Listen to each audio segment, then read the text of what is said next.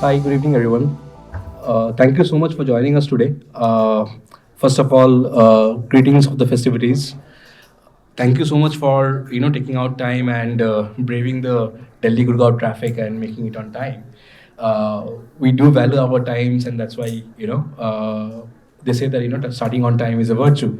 So let's be virtuous and let's start on time. I'll just quickly talk about the topic today and quickly set a context of why we are all here today, this evening, and what are the kind of discussions and what are the kind of takeaways are we are looking at after the after we are done with the with the roundtable.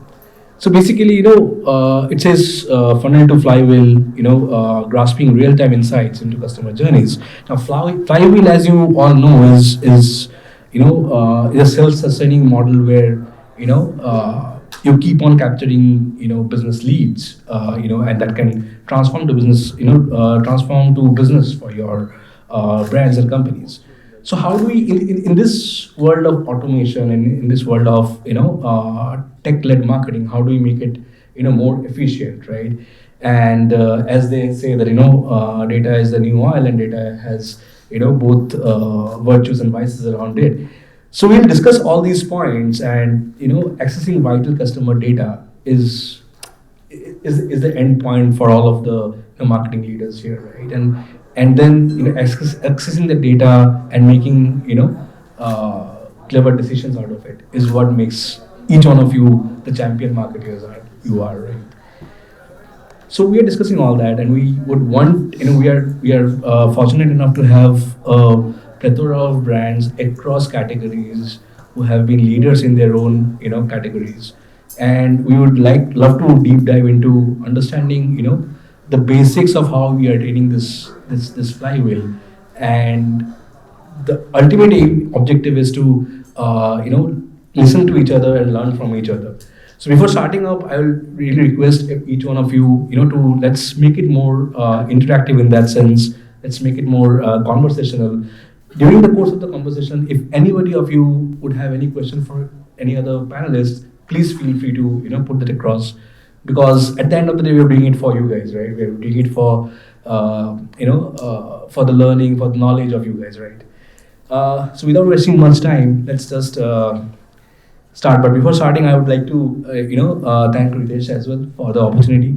Ritesh, as everybody, as I just pointed out about the flywheel model, would you just want to do a quick context setting and then we'll start? No, absolutely. So first of all, thanks everyone. I think to bear this traffic, even I had to sit in the cab for the 1.5 hours. So what we have seen, and just take a minute or two. So experience is the new battleground for all the brands, and data again plays a very vital role. And at Salesforce, we are doing everything possible to make this vision of all the brands realize that vision of giving that experience to each of their consumers, right? So we are what we are doing with the brands is we are helping them capture these moments and make them magical, so that these customers they become loyal. Right? The best advertisement you can do is nurture a loyal customer, as they say. So having said that, I think that's what we are going to discuss today. I think as Satyajit just mentioned, we have so many luminaries from all these industries. We love to know what you are thinking. But at Salesforce, as you mentioned, the first question that we are asking everyone, right, is what is your data strategy? Because data is the bedrock of everything you want to do, be it the experience, be it the analytics, or the actionable insights that you want to do. So without any further ado, Thanks, Suresh. So I take your question as a starting point. Salesforce asked this question first. Let me ask this question first to our panelists. So I'll start with Aditya here. It's not the firing Aditya. Okay, so Aditya, as you just heard, right, So deep dive into your data strategies, right? Your brand is one of the leaders in this, health breakfast category, right? Help us understand that category, right? How is the consumer different here? What is the consumer looking at when it comes to demands from a brand like yourself. And then what's the consumer journey, and how do you make the ROE, the return on experience, more better for your consumer? Thank you. That's a very nice and comprehensive question. So I'll try and answer it to the best of my ability.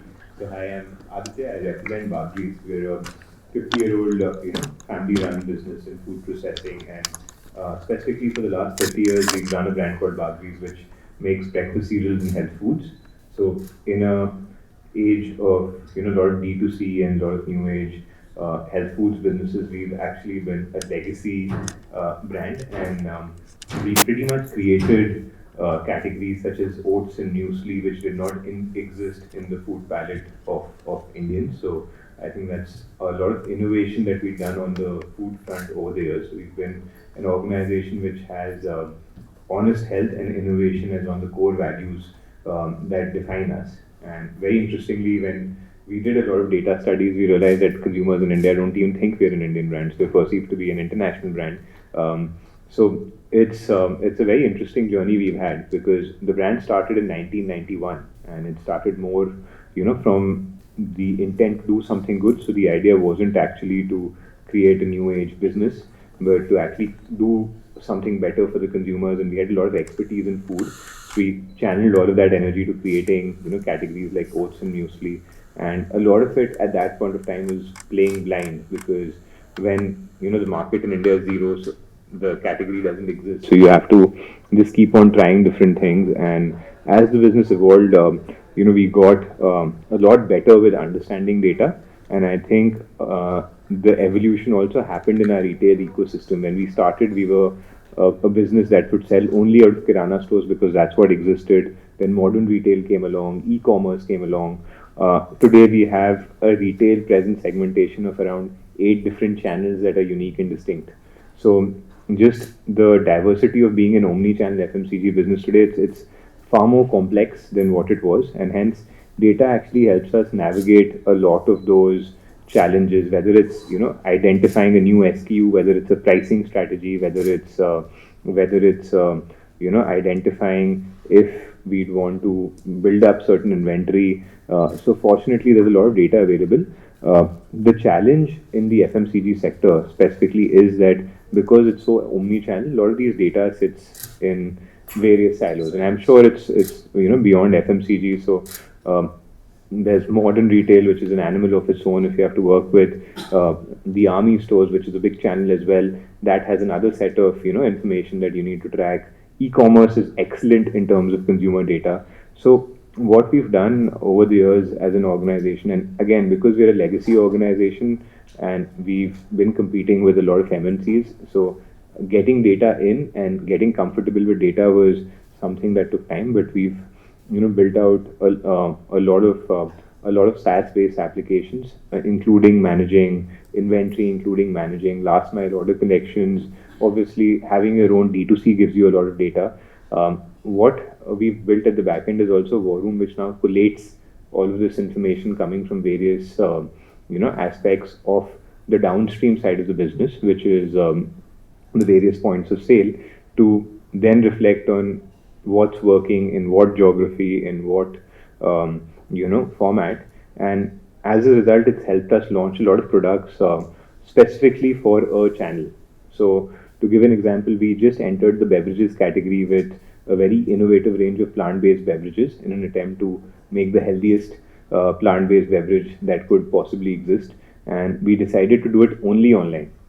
And we were comfortable doing that because we could see that we had the marketing depth to be able to sell it only online. And even though we had the ability to go offline, we could stagger that launch. On the other hand, we also have a low unit pack distribution where we're giving kids cereals at price points of 10 rupees, which we managed to do only offline. So we're able to slice and dice our launches. That we've done South-centric products, we've done exclusive products with certain key partners, and I think what pack size to launch, which category to get into, which flavor to work with, a lot of it is now backward information coming both from historical data, what has worked for us and what's worked, insights shared by our partners in the category. And my personal background's actually been quant research before I did a management degree, so I was quite happy with quant. But we've also done both quant and quali research consistently to figure out, what are consumers perceiving about the brand, and I think investing into quali research along with getting quant data and marrying the two is very important to make the right decisions. Because as promoter driven businesses, some of the best businesses in India have actually been made out of what seems like gut feel. And what I've realized is that the gut feel gets you to a certain scale, and then when you have to go the 0 to 100 journey to the 100 to 1000 journey, that's when data becomes much more important, because the loss that you can have on your base becomes a lot bigger, and that's where the comfort around all of this information has come in. So we are now triangulating all of this into various forms, D2C, SaaS-based, softwares, which a lot of them are available, like Salesforce. There are many of them which we discussed, serving the FMCG market for insights, and now also, trying to research up on what are the global trends which we'd want to bring to India. So many of them have actually, India has been a consumer market that's followed the West with a bit of a time lag. So a lot of the innovations have come in, which came in earlier in the West, but now that gap is gradually reducing. And if it took 5 years to get something new into the Indian consumer's palate, today it's probably a year by the time something comes up in California, it's here, and vice versa also. So that's what we're hoping for, and I hope this is useful to answer your question. Great one to start, the discussion on, and thanks Aditya for all the insights. It just shows how a category that we perceive to be very new, right? Health cereals and health breakfast cereals, and our attention to health. It's actually a legacy brand, right? So and for a legacy brand like yourself, you're already sitting on a pile of data and then making sense of the data that you just mentioned is something very intriguing. Thanks, Aditya, for this. From a legacy brand, we move to a very new age brand here. Noise. So Akshay, again, just introduce yourself before the panel, and the question to you is a little bit different, right? So how is basically now Noise is a digital first, digital only, honestly, to be brand, right? And how does Noise compete with your traditional players in the same category? And you have the advantage of data, right? Because you are digital first, you understand data, your access to data, your access point is different, your access point is maybe mature in that sense. Is that an added advantage? Definitely, data is an added advantage to us. As you already communicated, we are a digital first brand. It started with an Instagram page and a website and so on. Right. So our journey was pretty good in terms of the data understanding of it. Definitely, the product manufacturing start with a gut feel that what will work in the Indian market, what kind of watches will work. We started the testing phase. But growing it through all the digital channels, just to have a glimpse of it, the awareness stage start with the Instagram and the Facebook marketing when we get a lot of users onto our website. Then after showing a lot of great creative definitely work over here. Like when you are a digital first brand, your creative will lead to a great CTR, which will defines your marketing budgets and how you are handling your top line marketing. Once you get a consumer or a session over your website, then the second part plays about the website, how you are making it, how you are beautifying the website. That the product pitching must be enhanced enough that the consumer understand your product. Because for us also, smartwatch was a very new category initially in 2017 when we started, and like people are not much aware. I mean, there were Apple watches and Fitbit, but that were just the 1% cream of the India who knows about those and the features around that. So it's a very knowledge driven product delivery at the initial stage, where we need to make the user understand like what this watch will help you with the health benefit, which definitely grew up after the COVID time when people literally realized there's a fitness and these all stuff in the Indian ecosystem. So yeah, moving ahead, definitely website plays a great role over here. Then consumer comes to your add to cart journey. Some consumer directly buy your product, but some also drop from the cart stage, where a nurturing journey comes into the play, where the CRM plays a bigger role in the e-commerce space, which means that let's say you are coming to the website, you drop the cart, but now I'll be nudging you with a lots of WhatsApp, email, and push notification like you have seen. Just to quote some example of Zomato or Swiggy also, which are the player in the push marketing space.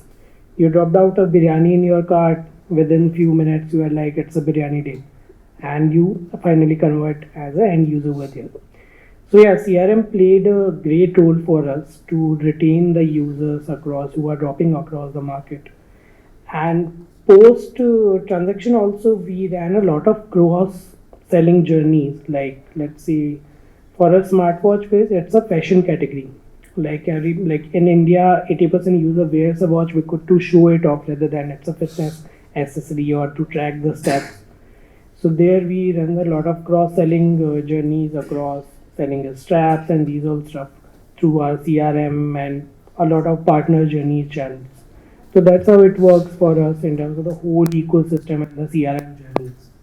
Good. So, if I may put it right, as you rightly mentioned, there was Apple Watch and there were, you were the first ones who would make a smartwatch affordable and reach a larger number of, audience, right? You interestingly, mentioned about COVID and how COVID changed the perception of it being a style wear to a necessity, right? Yeah. Maybe, right? Do you still, is the consumer still, health conscious in that sense, and do they really use it for their, tracking their health journey? They do, but I'm not saying the whole Indian market is like that. Obviously, the 10 to 20% user are the one who are regularly using their watches. Like obviously, everyone use it for a week or so to track the step and everything. Post that it's a time showing device for them with a fashion statement coming with a lot of designs and straps around the same. So you're saying the buying decision may be different, but then the usage changes from stage to stage. Correct. Interestingly, you mentioned about the healthy lifestyle and the focus on healthy lifestyle that everybody is more focused on today, right? We are moving on to the next brand, which is around health, right? You can help me understand how the consciousness on health, right? And if I may put it rightly, the post-COVID consciousness of health has changed your consumer, and how has it changed your business person? So, if you talk about pre-pandemic and post-pandemic scenarios, so healthcare has been a very different ball game in the overall context, because pre-pandemic it was more about, okay, I want to do a test or I want to look at the healthcare, I'll look at from a different perspective. But post-pandemic, the consumer buying behavior has changed drastically. They are not just willing only at the expense of, let's say, a doctor has said that only then you will go and do the test. However, it's more from a proactive kind of a behavior from the customer that we have seen. And the healthcare has been traditionally a very unorganized sector. So moving from an unorganized approach and then considering that the customer behavior is changing, so there has been a very drastic shift in the customer experience and the customer journeys that we have started to look at from the current post-pandemic scenario. If you look at the sector, the consumers' buying behavior, now what every customer looks at is the end-to-end service what we are offering to in the healthcare. So it's not just a transactional business anymore. It's more of an end-to-end experience that they are looking at. Right from, let's say, if I talk about diagnostics, so anybody who wants to have a particular test done, so they are not just looking at, okay, I have booked a test, then I need a report. But what they are looking at is the entire experience what a particular brand is offering. So it's not just related to just the physical test, but the kind of content, the kind of engagement that the brand is doing. So a lot of things, if you talk about probably a context, a content and the content, and not exactly, I mean, I can call it context and the connect. So these three C's, I believe, is the current demand which the customers, especially in the healthcare side, are looking at. Context around like what they are looking at, what we are offering, connect the way we are offering, and then how we are converting them. So that these three things, which I believe has been a drastic change post pandemic. Right. And if you can throw some light about your data unification strategies that helps in winning the repeat customers. I know that when it comes to health, you don't really want to have repeat customers, but what's your strategy around that? So data unification, see, just as I mentioned, it's not just a transactional business. So from a data perspective, different channels from where the customers engage, we have to keep a connect around all these channels, and the overall idea is to have a kind of a data unification mechanism so that each and every touch point of the customer is touched, and accordingly, I think what we've been doing as a brand is we target as per the needs of the customer, considering the data that we capture. Interesting.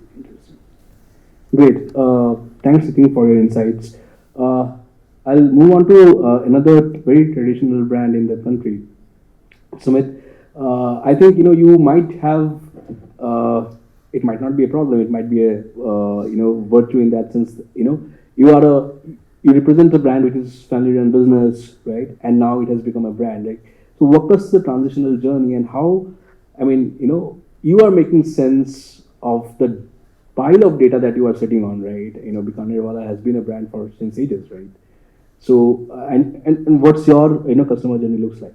Right. Hi everyone, my name is Sumit. I take care of CRM as well as the online delivery business. It means Swiggy, Zomato, whatever that we have ordered. So I can see how much you have ordered, and whether you are a chole bhature lover or whether you are a rasgulle lover. So I can have that data. So eventually we started our loyalty program to understand more about the data, to get the data from the market. So currently we have 3 million customer data from across 170 outlets in Dubai as well as India. Right, and from that data, we understand that people are more of a, I mean, everyday people are, I mean, some customers are everyday customers, some customers are every festival customer. So that we understand. But the problem still there, how we can engage those customers on a real-time basis.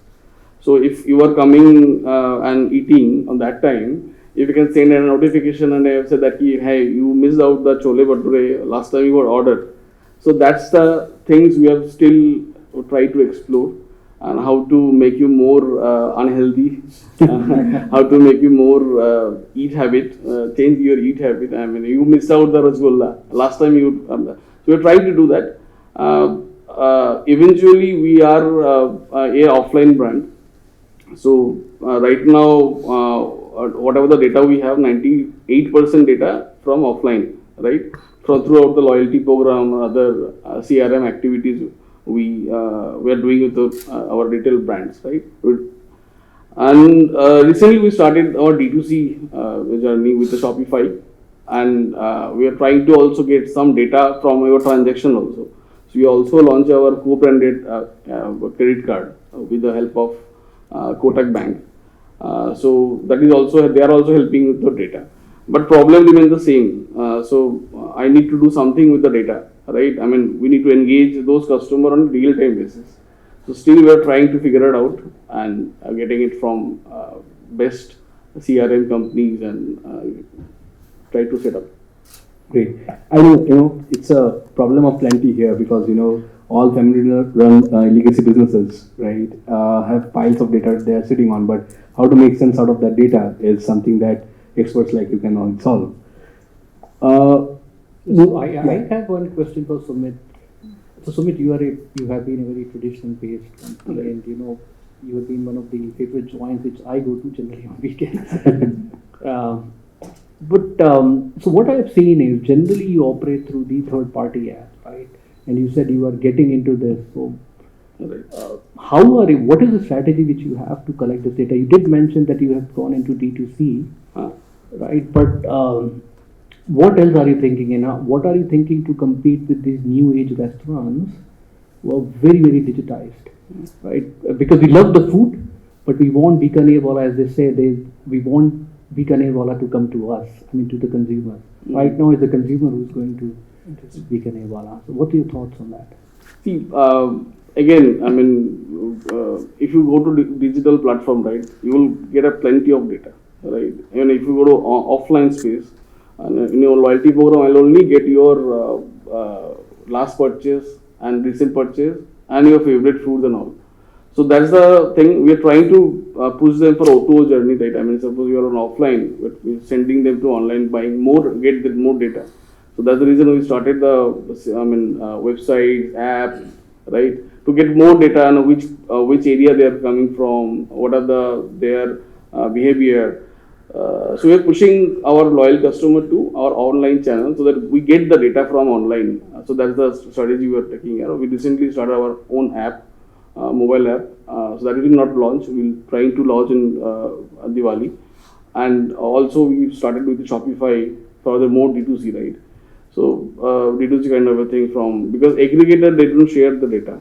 I can see only the food habits and all, the trend. But aggregator they don't send where you are from, which platform you are from.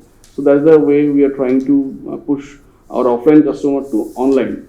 So that is our strategy to Got get it. the data. Thanks very much. So hopefully after Diwali we'll get some messages Right. on our phones.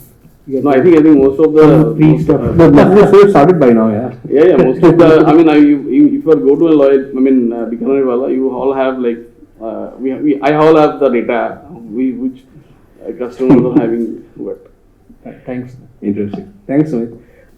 We move on to a very interesting brand now. So, Drishti, help us, first of all, help us understand the category that you are dominating, right?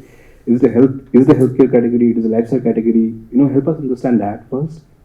And, you're a new age, probably digital first brand, right? So, how are you looking at capturing the consumer data that makes you helps you make decisions for your consumers and make your consumer journey better? Yeah, so I think I don't know how many people know Perfora because it's relatively new. It's just been 2 years. So that's why I asked if you can explain that. So it's just been 2 years, and I think we're trying to sort of bring about a change in a very low involvement category, which is oral care, right?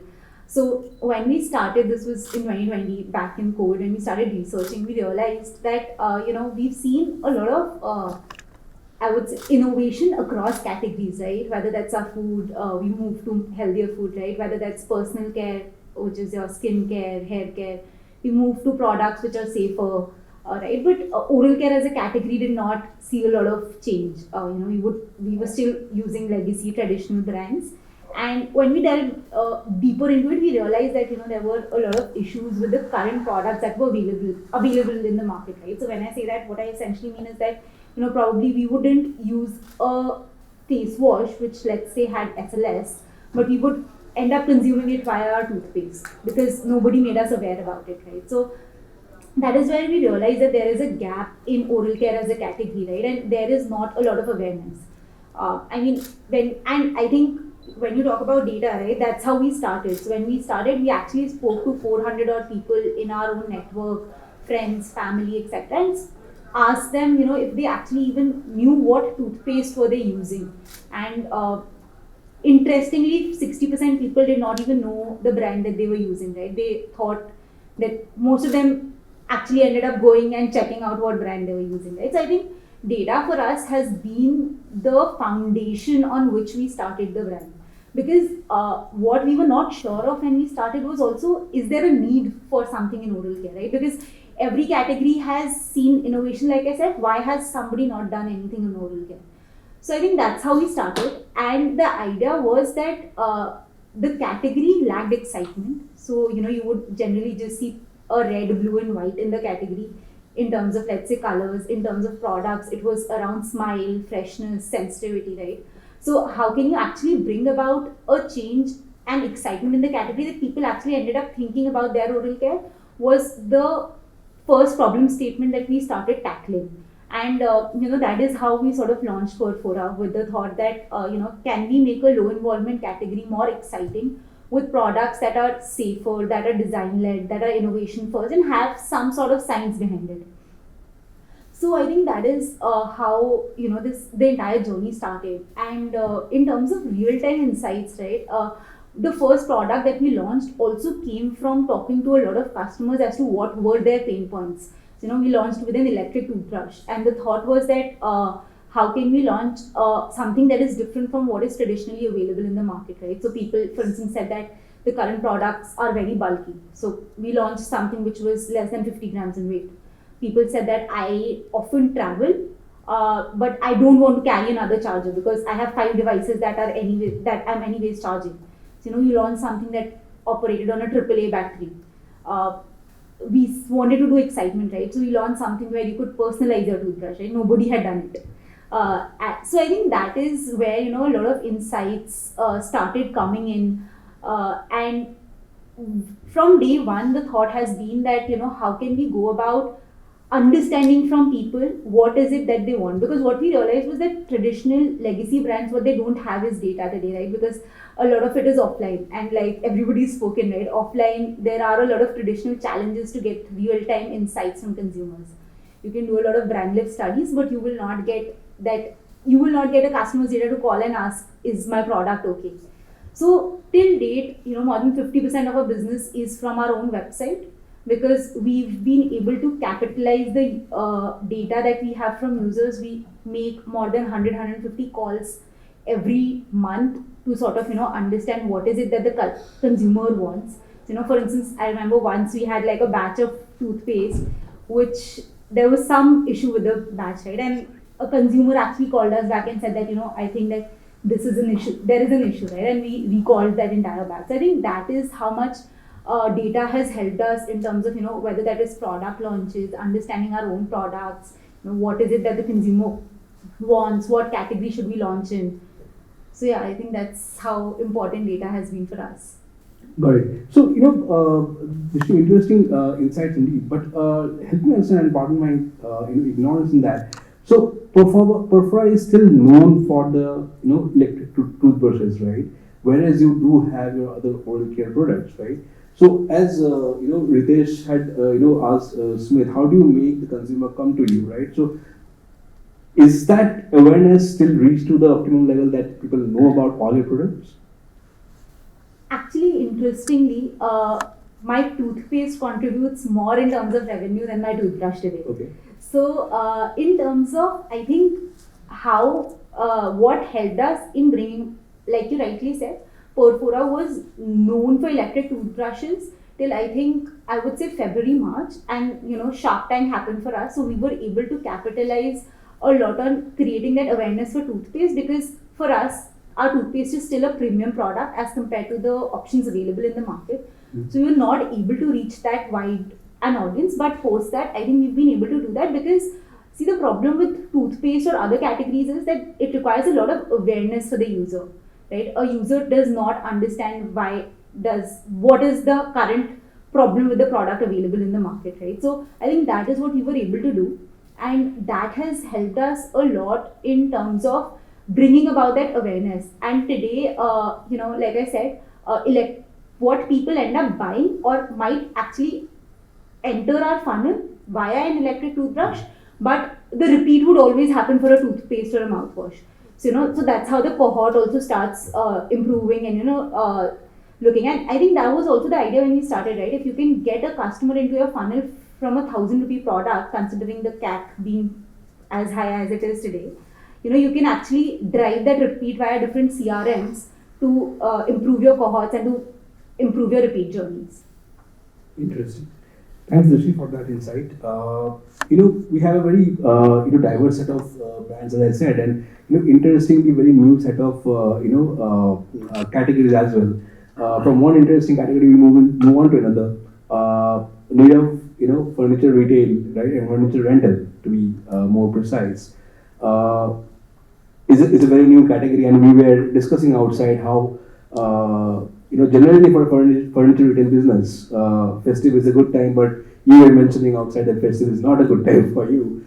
I mean, I'll leave it on you to explain, but help me understand the promising opportunities and challenges that a new category like, new category or new business category brings in when it comes to, historical data, but you don't have any data for reference, right? So how do you, base your business decisions on when you start up, and how do you make the consumer come to you? So thanks for this question and overall journey. So the first thing I would like to ask everyone is how many people have moved between their cities or apartments here? If you have any number, if you can tell us 2-3 times, etc. over your journey or till now, from your post-college days till today.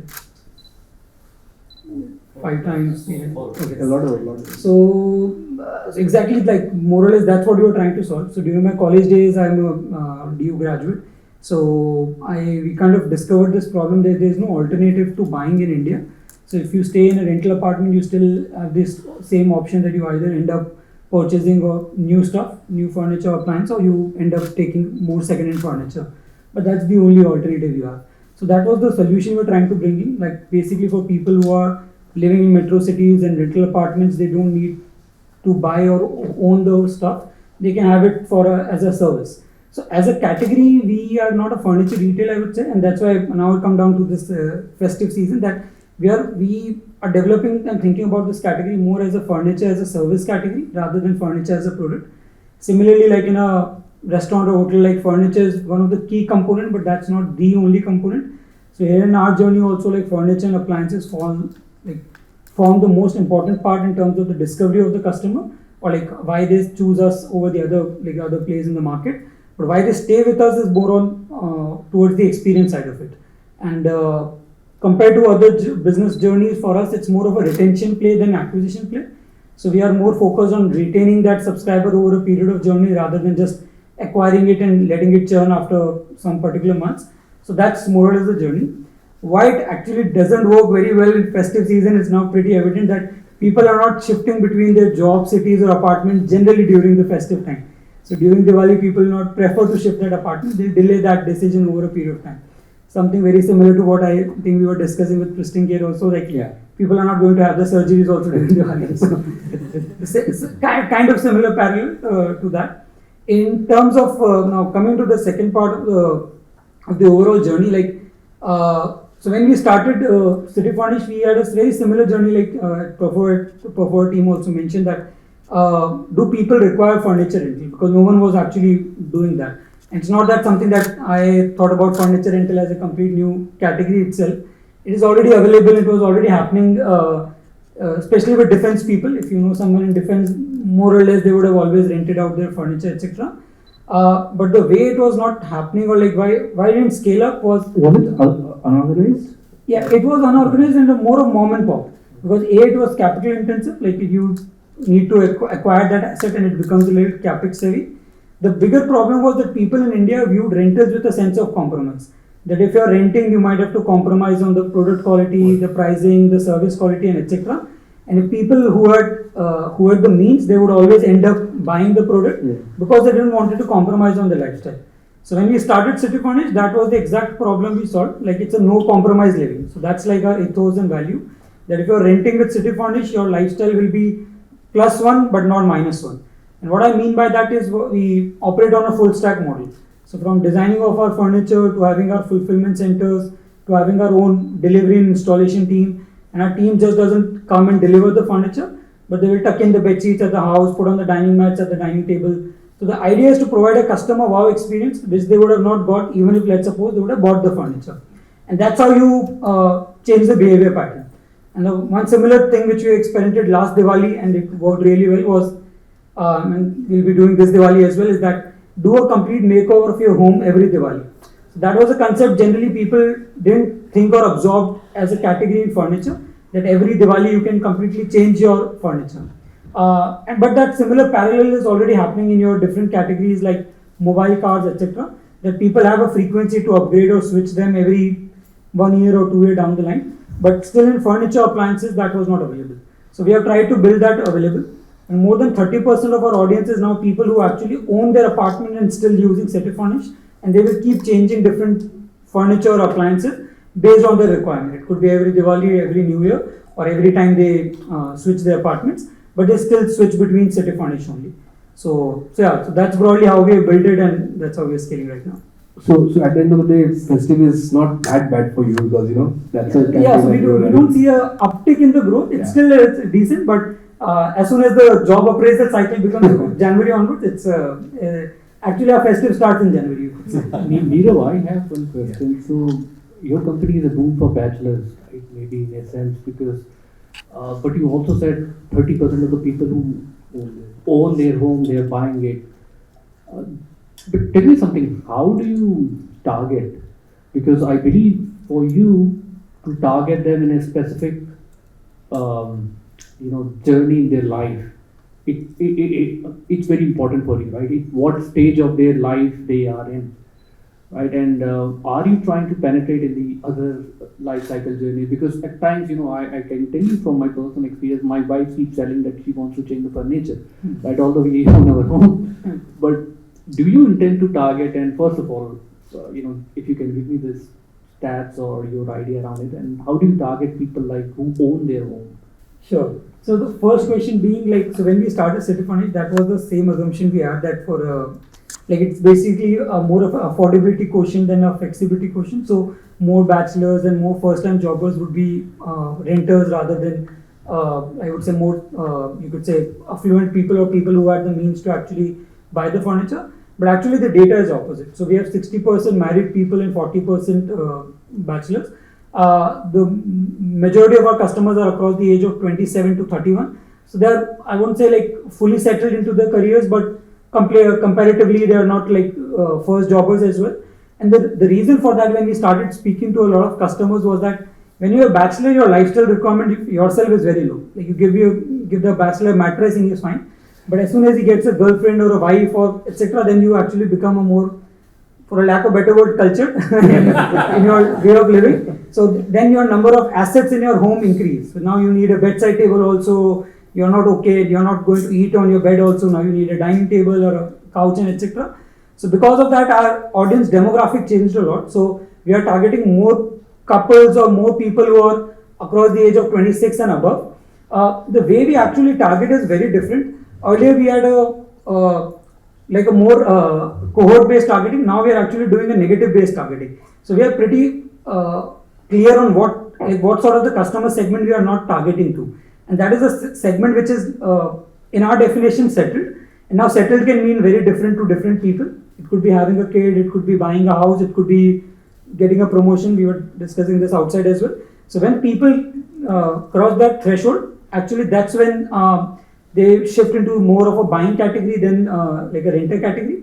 Beyond that, all of that is open market for us.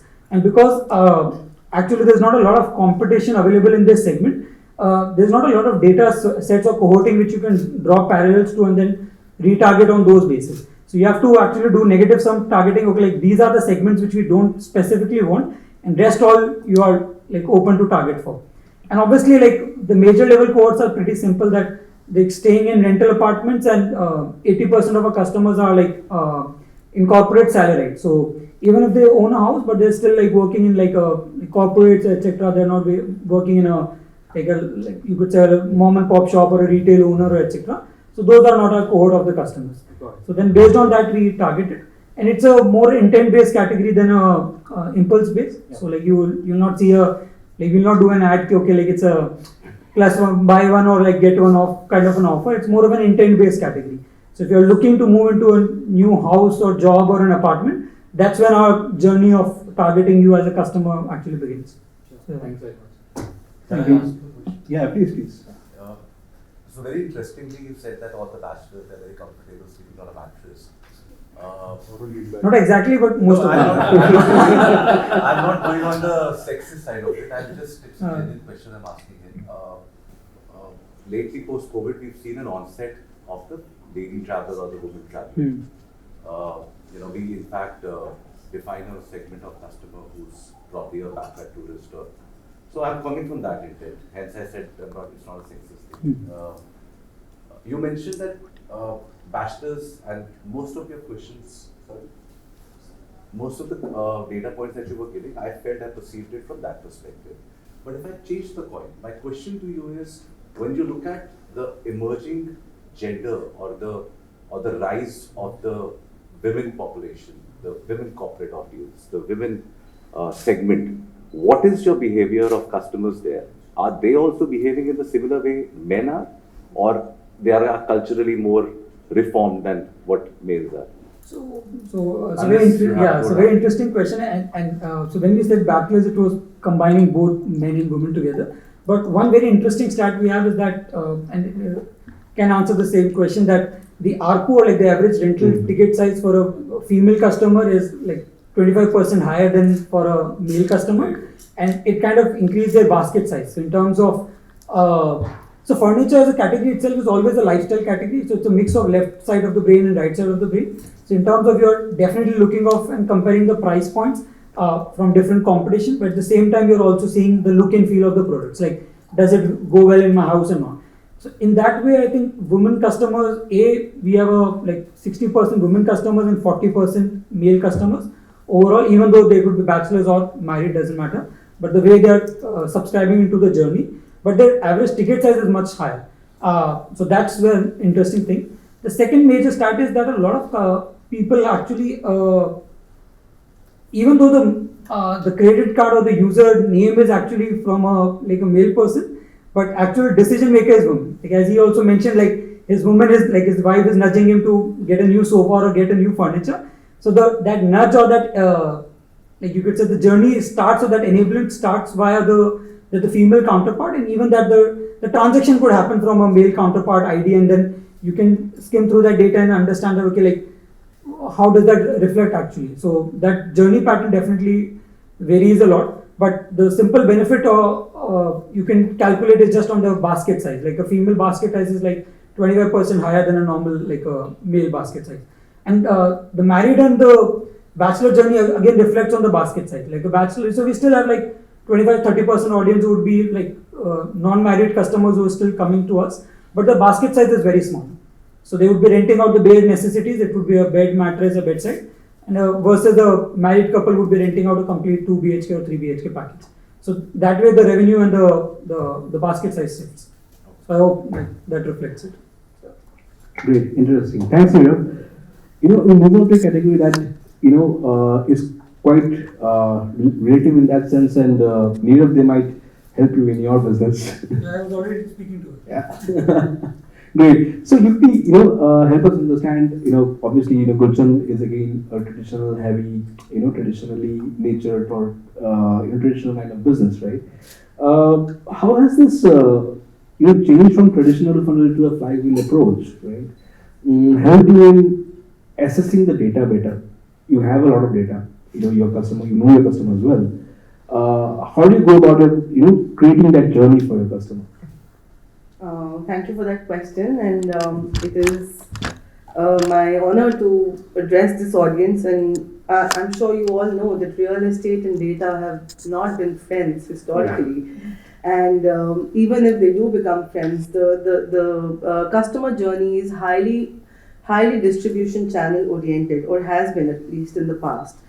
So, needless to say, data was not a very active decision maker in our organization. We're a 34-year-old company, and I think the first time data was actually used was 5 years ago, which I led the research. And how that started was, how the journey of data collection in itself started was from the products that we were creating in the market that we were creating.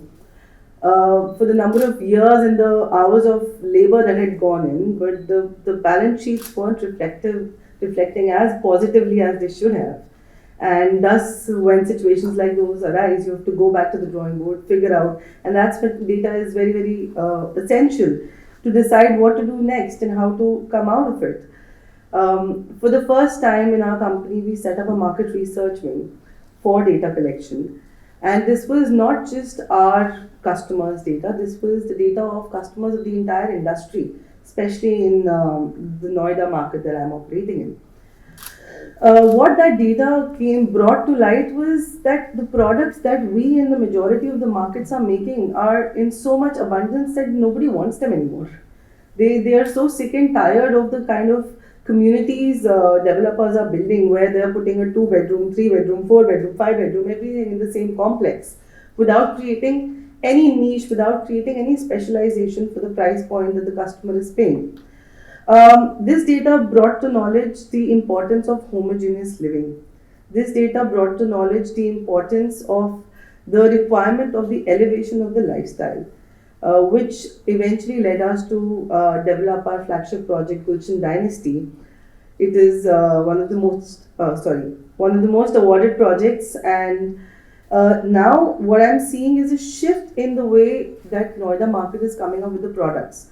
From a place of 1500, 1800 square feet as a luxury market, today we are talking about 4000, 5000, 6000, and even above square footage of apartments, which was never heard of in that area.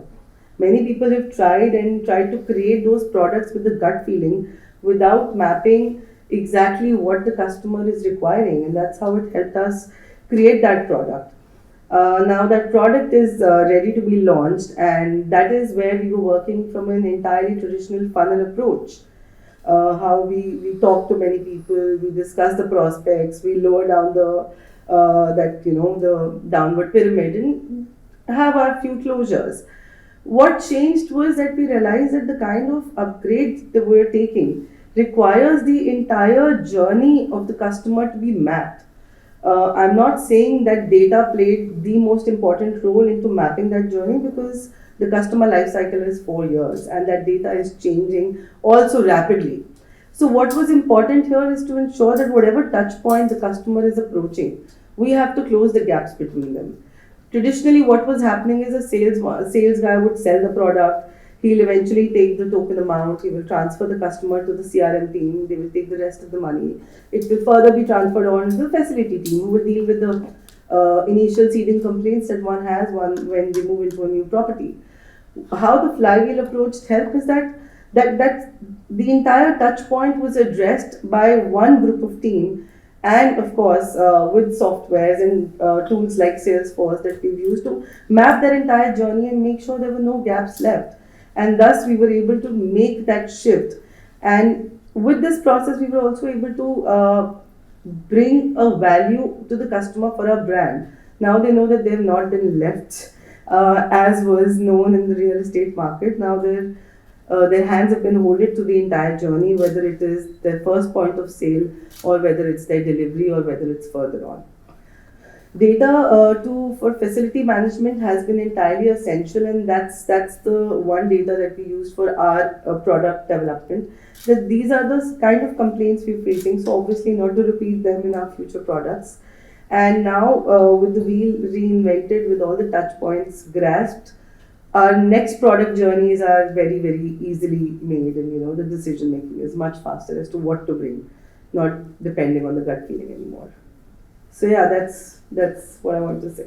Great, interesting that you said. You mentioned about the data journey that Gulshan group has started 5 years back with you on board, and I'm sure it will be much more enticing for your consumers going forward.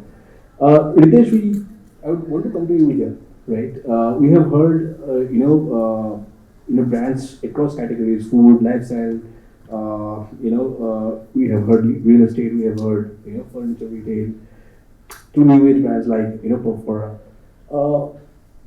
As Salesforce, right, and as a preferred partner to a lot of brands who have been helping in their digital transformation and customer journey cycle. How do you think you come into play and maybe help our friends out here?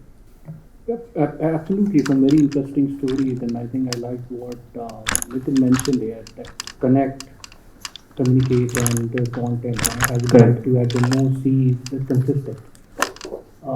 Salesforce platform, when we invented this platform 22 years back, it was meant to do this. It was meant for times like this when experience becomes so important. So as I said, experience is the new battleground, right? Everybody is looking for that elusive 360-degree view of the customer. So you can't afford to have disparate systems where the intelligence is disparate, right? And then you can achieve a good consumer experience. Right, so you have to look at a platform which can take all these data, be it real time or be it not real time, make sense out of it, and then you can activate them on the channel which you want to, right? For you to be consistent, right? So Salesforce has gone ahead and augmented its platform by something called the data cloud, right? So what it does, it collects all that information in real time, all the touch points your consumer might have. Right, so I just want to give an example. For example, I enrolled for a course recently, and it so happened I have done 2 classes of that course, but I still get the messages that your application is there. So what happens is there's one Ritesh which exists in the service piece, there's one Ritesh which exists in the sales piece, and one Ritesh which exists in the marketing piece, and the end consumer is lost. Right, and that is where the brand lose their value. That is where. So, what is brand? Brand is the sum total of experience somebody has, right, with the brand. So that's what Salesforce as a platform is trying to do. It already has all that touch point. What we have done is added a new engine called Data Cloud. As I said, it can ingest. And mind you, see, there's a revolution which is happening right now. The explosion of data which is happening. You cannot afford to have disparate system, and there's a new revolution which is coming, which is the AI revolution. If you do not have this layer of data ready, you will lose out on that, right? And the way people are innovating, be it generative AI, be it predictive AI, you're going to suffer. I mean, that's what, as I said, Salesforce is all about, making sure that you have this data strategy in place, so that you can give that relevant experience. So Salesforce, as I said, is all about bringing brands and consumers together. Interesting that you mentioned and stressed on the real-time data collection, as an aspect for businesses. And I'll take this decision forward on that direction because, I think next we have, Charu ma'am from the IT Foundation. And ma'am, we would really intrigued to understand from the point of view of a non-profit sector, how do you leverage real-time insights and what does, for you, they are not customers, right? They are your patrons, to be honest. So how do you make sure that you understand those people well and what they need from you, what they ask for?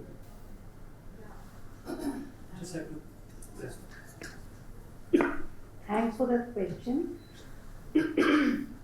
I think you rightly said that we are not in the marketing space, but interestingly, the social sector starts working when organizations' sales shoot up and they start looking at CSR, so that we can then start our work.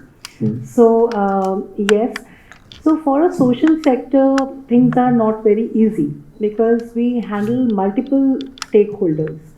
So these stakeholders can be beneficiaries at one end, they can be our funders, the corporate funders, or the other people who give grant in various categories on the other end.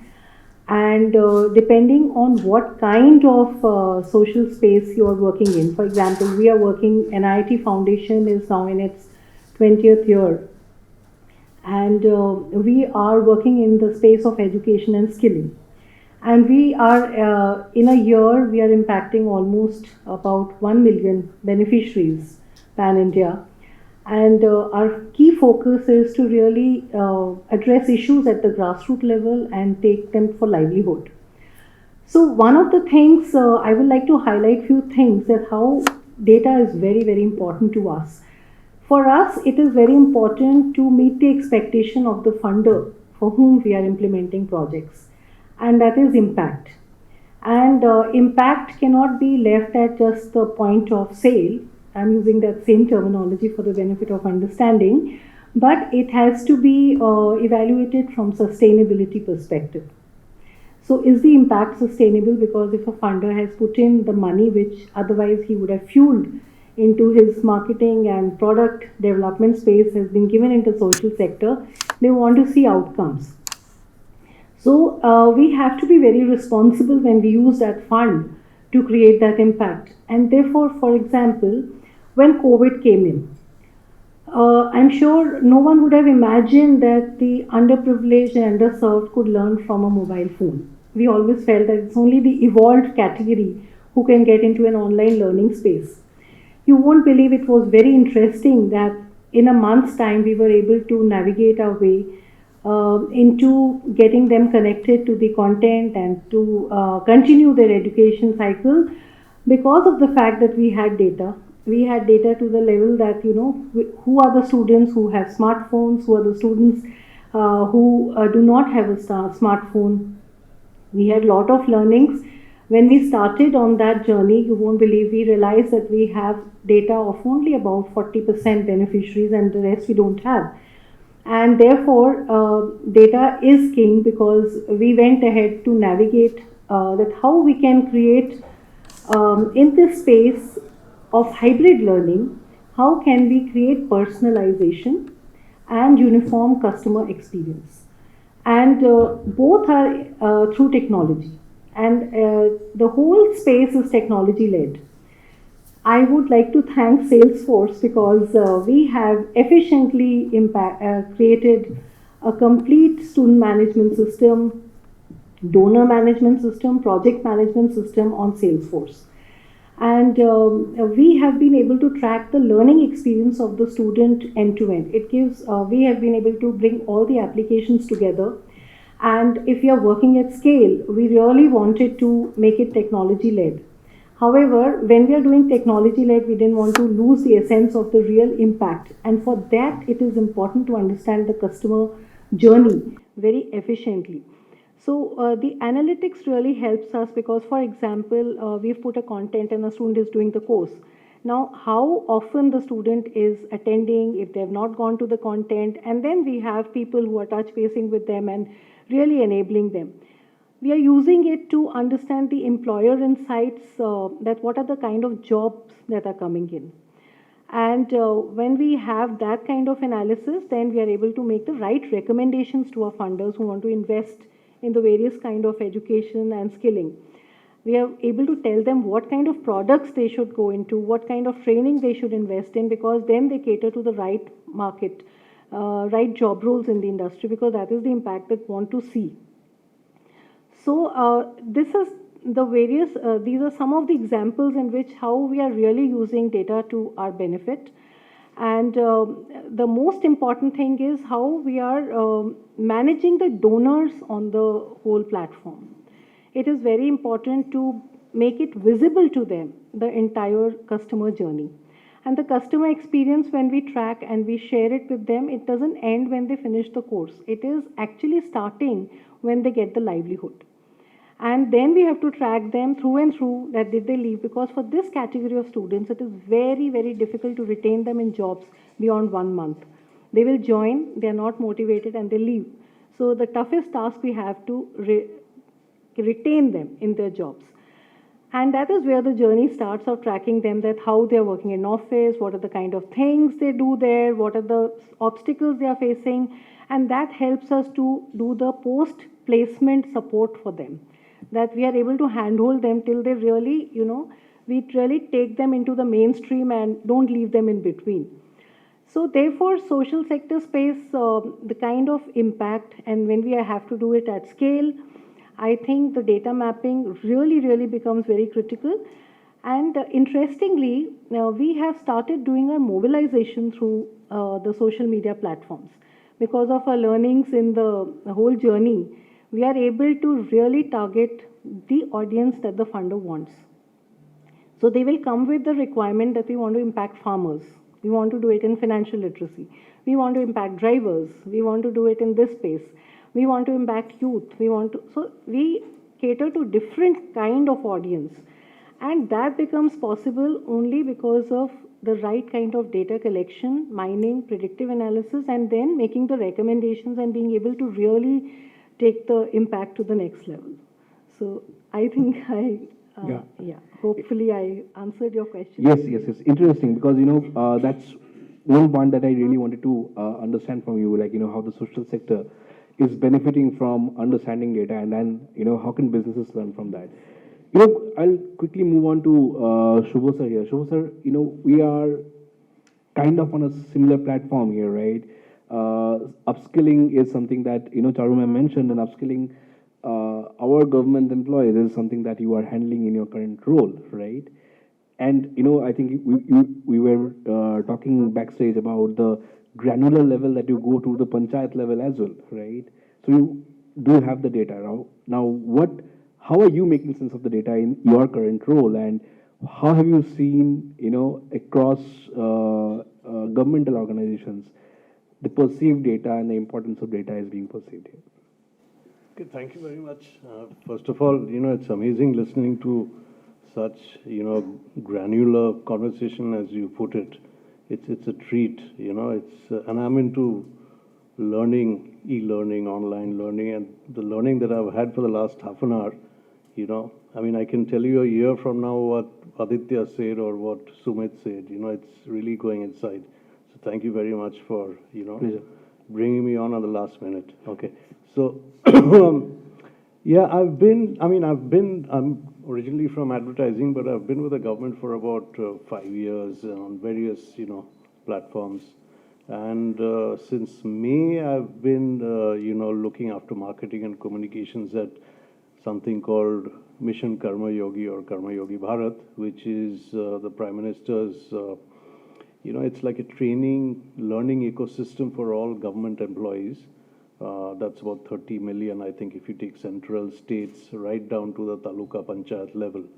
Okay, and we've got all kinds of learning content, whether it's domain, whether it's, various kinds of expertise, including behavior change. Because what the PM, Honorable PM wants is, consistent learning, same quality learning opportunity for everyone. It should not be a certain kind of learning content for IAS officers and a different kind of learning content for taluka, say at the panchayat level in a different language. So, that consistency of excellence is what we are trying to do. Okay, and it's been a bit of a struggle because, as you know, like I think Yukti or someone was saying, we have all the data in the world. The government of India, as you probably know, is sitting on, a massive data bank. Yeah. The problem is we don't know what to do with it, right? Culturally, the government, it stops at voting. Kaun vote karega, okay? But that's the interest, okay, for all political parties with all due respect. But how do I use data to create better deliveries, like Charu was saying, drill down to what, someone in, a particular position or a domain wants? It's very difficult, because historically, it's, if you go back 15 years, the early days of digital, it's still the government typically doesn't even understand that. So we are actually about 15 years back. We're just understanding at the brink of, and I'm trying to set up conversations with Salesforce with my colleagues and all that. So it's quite a, learning curve, but I'm sure we'll get there because, we're led by the PM who's, as you know, very, very bullish on digital. He will not brook any opposition, that way.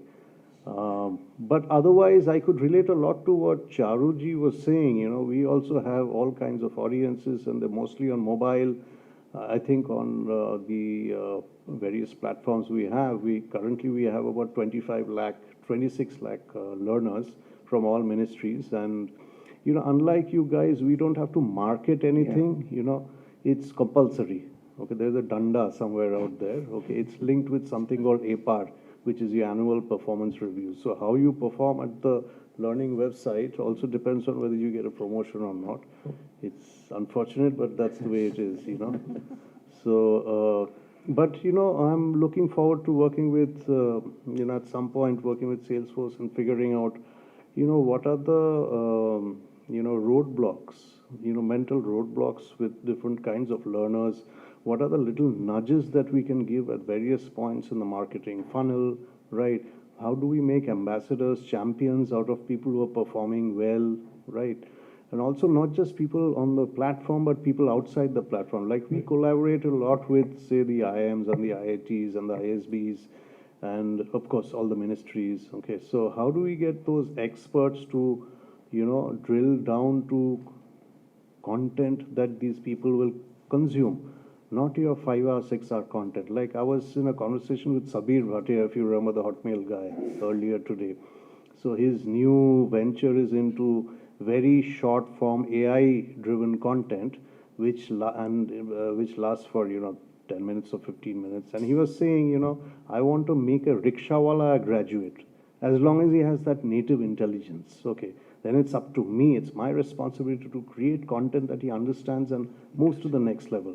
So that's very interesting. We might work with him. Okay, so, but that's broadly what I'm doing. And to sum up, it's we have all the data. It's a big challenge because the government as a system does not understand, digital data, unlike say GoNoise or Buggeries or other people. It's a bit of a struggle, but I think we'll go there. So you're basically trying to, use data in place of the danda to, basically upscale these people. Yeah, and because Danda doesn't work beyond a Yeah. point. We've got getting people on board is not a problem.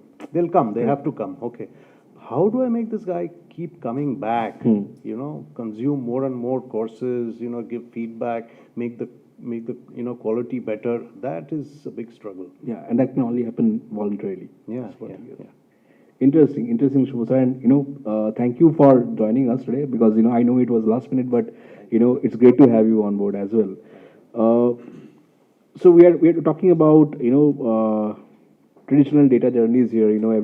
Both the businesses, both the outfits here have spoken about the plethora of data that they have.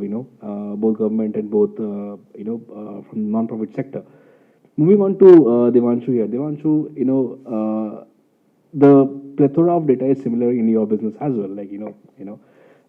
And as Shubha mentioned about internet and the plunge that every businesses took 15 years back.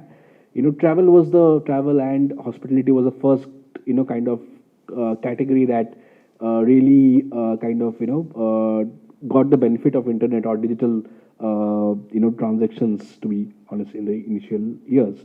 So you obviously have are sitting on a lot of a huge pile of data, right? In your business, how are you making sense of the data is one, and secondly, it's when you take the real time conversations and real time assessments into consideration, how are you strategizing this in your front across all your touch points across the country? Yes, you're right. We as a group are sitting on a huge data, and for the sake of this conversation, I'm only restricting my points to the B2C business, which is the Oberoi hotels and the Trident hotels. Incidentally, these are two separate chains altogether with a very different customer. There is one customer who's willing to spend upwards of 60,000, 70,000 rupees a night. And if I take the international properties, it goes up to 1 lakh also as the base category. And then we have the Trident, wherein the average hovers around 12,000, 10,000 rupees a night. With the way the journeys have come up in the hospitality, and we are a 90-year-old company, right? It's an old company. From a evolution perspective, what has happened is, when I look back upon, let's say 15 years is the ballpark that I think even Shubha mentioned when digitization was where we were 15 years back. The essence of capturing a phone number or email ID was lesser to what it is compared to today. Today, I think Sumit was talking about capturing those details and sending those notifications and WhatsApp. It's become a norm. But it was not there back in those days. In fact, when I sit down with my CRM team and I look at the data, half of the data that I have doesn't even have either the phone numbers are missing or the email IDs are missing. So I would want to create a complete journey, but there unfortunately almost 50-70% on that range. I'll just keep it ballpark. That data is lost because what do you do with it? I know there is some person. If I focus on Oberoi, now that's a luxury segment that I'm operating in. With various initiatives that we have taken, we also know that whoever has to come or repeat, because that's my KPI from using this data perspective, will repeat in 5 to 6 years. So what is it that I do that I make that 5 years or 4 years or 3 years is the major essence of driving any or every campaign that we do there. So as the first field, ensuring that your data is corrected or updated. So how do you enable various checkpoints to ensure, and I'm not talking about putting those asterisks on the website that if you don't put in your email ID, you cannot make a booking. I'm still roughly about 30% of the business is digital. Rest the 70% of the business is still offline through either direct bookings or the sales channels that we have. So how do we also ensure that that data also comes into the bucket? Then each and every of that data point is broken into various segments. Shubho briefly mentioned AI. That's where we use AI from a perspective that there is a testing data that we keep and there is a learning data that we keep. And in terms of the real-time analytics that you spoke, that's where the testing data remains consistent, but the learning data keeps on evolving. Now, I don't want to get much into the technical side of it. For the larger audience, if this is something that we don't understand, let me put it across this way. My behavior today will determine my data segment for today. Tomorrow, if suddenly I have become a vegetarian from a non-vegetarian or an alcoholic from a non-alcoholic, my segmentation will change. Considering, okay, let me take a step back. Now, again, going back to the data point where I said that you need to shell out 60, 70,000 rupees on a ballpark for a night. Now, of course, the size of the room could be one criteria. The amenities and the service standards could be another criteria. But there has to be something over and above this which makes my guest want to come back and enjoy the Oberoi facilities. What is that something? We can all argue that there is a brand, there is a legacy brand, there is an Indianness to the brand. But at the end of the day, there is also something called as a bespoke experience for the guest who, right from getting into the parking porch to the lobby, to a restaurant or to the room, is understood, is recognized. He or she doesn't need to be asked if he is a vegetarian, if there is a particular allergy that the person has, if the blinds are supposed to be down or up at the turn down service. So all these, and there are a couple of others, right? All this comes from where? All this bespoke experiences comes from a central unit. I think Aditya also mentioned about having a war zone set up in your team. So something on the similar, I'll not call it a war zone because we're slightly on the luxury side of it. But a think tank which is determining that what a customer A to a customer B wants. How can you slice and dice and segment that separately? How does real-time behavior change your effectiveness? And then provide that bespoke experience to that person. I don't know how many of us here have, I mean, I have only experienced Oberoi as an employee, but if I speak to the guests, many a times I hear very, very sweet, very emotional stories. Somebody would tell me that I have a neck issue, right? And by and large, these are the loyalists I'm talking about. I have a neck issue. I don't need to remind the front desk that I need that heart pillow. So people with severe stiff necks, there are a lot of youngsters in the room, they'll not get it now. Maybe 10 years from today, they'll get it. You need those heart pillows.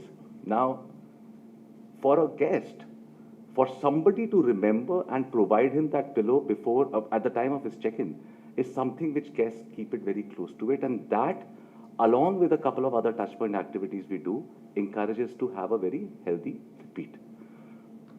Between the AI, between the repeat, comes into a guest recognition program, aka the loyalty program. These are some, again, matrices that we use to understand what is the behavior, how are people performing, how are they not just alphabetical or alphanumeric letters for us, but a Mr. X or a Miss Y. And basis on that, every marketing decision that we take is driven, not only from a real-time guest experience perspective, or enhancing the business or the room night perspective, or increasing food business. Now, of course, I can't make him have more food, but I can cross-sell some drinks or something. To an extent that now we are also building the same mechanics in understanding what are the new restaurants, what are the new hotels, and which cities we should target based on the behavior of this guest. Interesting that you mentioned about the bespoke experiences, because that's something, you mentioned about what is that something that, matters to, that something might vary, for your something might be different to Shubho's something, right? And understanding that is something that, is it what real-time insights is helping you to understand that? Yes, absolutely. Anecdotally, I remember this one particular case wherein somebody had requested a special Gillette razor, So typically when you go to a hotel, any hotel, they would have these plasticky... Yeah, the use and throw. The use and throw, Yeah. Prestos and, whatever brands they are. So incidentally, this one guest requested that, listen, I have a skin allergy, I can't use it. So could you please get it for me? Specific. From an Oberoi perspective, and this was again one of our core guests, the person who was attending to him must have gone, checked his profile and realized that he's a loyalist. Now again, we don't call it a loyalty program, we call it a recognition program because there are no points. And he said, okay, he's doing reasonably well, so bought the best, whatever, those 5 blades, this and that, and said, on us. Now imagine, this is where I think somebody also spoke about having various buckets. Now, it probably didn't get updated into the system. Now, whenever the guest would check in, by default, there was a Gillette razor placed there. Wow. Now, so, hypothetically, he was telling me that, Devanshu, in the last 1 month, I traveled to 5 or 6 different cities. So I ultimately had 6 razors, which I did not need because only the first time I missed carrying it. Yeah. So yes, basis on these examples, you build them in, look at not crossing the board. Of course, you have these misses in every industry, right? But over and above that, what is it that you can do to get more personalized, more customized to them? Interesting. I'll take this point forward to Deepinder as well, because Deepinder, we were talking outside, right? And as you rightly mentioned, you don't want your customers to come back to you, right? Yeah. Retention is not your game, right? But you still have the data. How do you make sure or make sense of that data and create that something that Devanshu mentioned and make it more kind of personalized for that customer of yours? So, hi, Deepinder, this side from Pristine. So, we are a surgical brand, and hence we don't want our customers to repeat themselves because that means that our doctors have not done a good job. That's the first thing that we can do as a brand. So, as you rightly mentioned, not coming back, but it's also about winning the customer. That is more critical to our business than the churn of getting them back into the system. And also creating a referral program in the sense that, how do your customers become your flag holders who go and talk to their other people. And so if you look at it, we operate around in 40 cities across India, across 50 different categories. So if you look at just the permutation combination at that depth itself, we are across 2,000 segmentations which are available right then and there itself. And which is why if you, let's say, reached out to me, a person has reached out to me for a disease A in Delhi, I can't refer him a doctor for disease B from Bangalore. That's a disaster for me. It's a very hyper local service which is there. That, if I'm there, I just want this. And the category also doesn't change. So we sit on a lot of data, and because of which the segmentations becomes really critical. That, this guy has come back, why has he come back to us? And also our communication has to change.